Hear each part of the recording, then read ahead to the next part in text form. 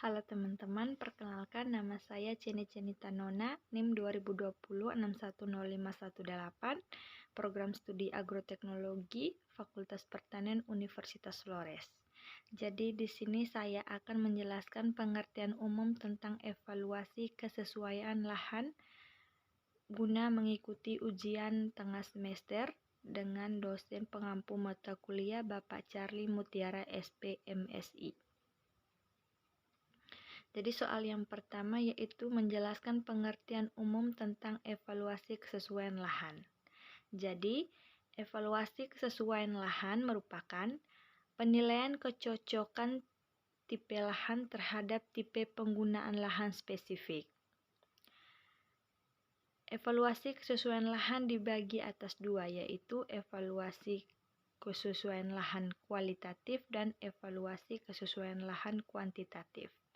Evaluasi kesesuaian lahan kualitatif adalah evaluasi kesesuaian lahan dengan mempertimbangkan semua aspek yang menjadi pembatas dan dinyatakan dalam bentuk kualitatif, yaitu sesuai, cukup sesuai, sesuai marginal, dan tidak sesuai.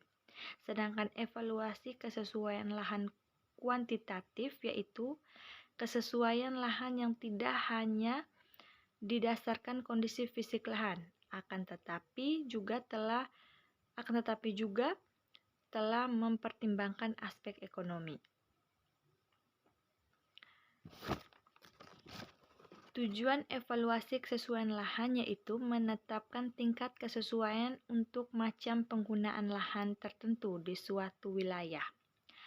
Ada dua metode penentuan evaluasi kesesuaian lahan, yaitu yang pertama metode FAO dan yang kedua metode USDA. Evaluasi kesesuaian lahan metode FAO ini dapat dipakai untuk klasifikasi kuantitatif dan kualitatif tergantung dari data yang tersedia. Sedangkan metode menurut USDA, kelas kemampuan dibagi menjadi 8 kelas. Kelas 1-4 termasuk lahan yang sering diolah atau digarap, sedangkan kelas 5-8 yaitu kelas yang tidak dapat ditanam.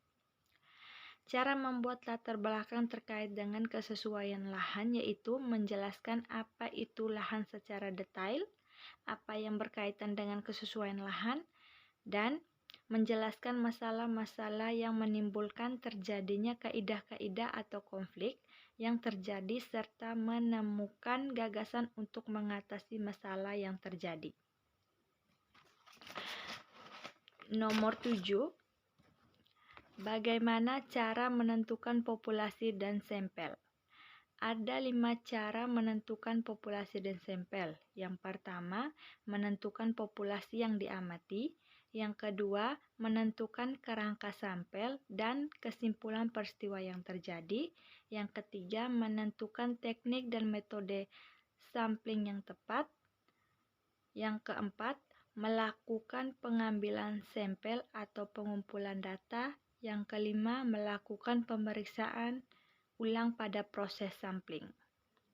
Nomor terakhir yaitu evaluasi.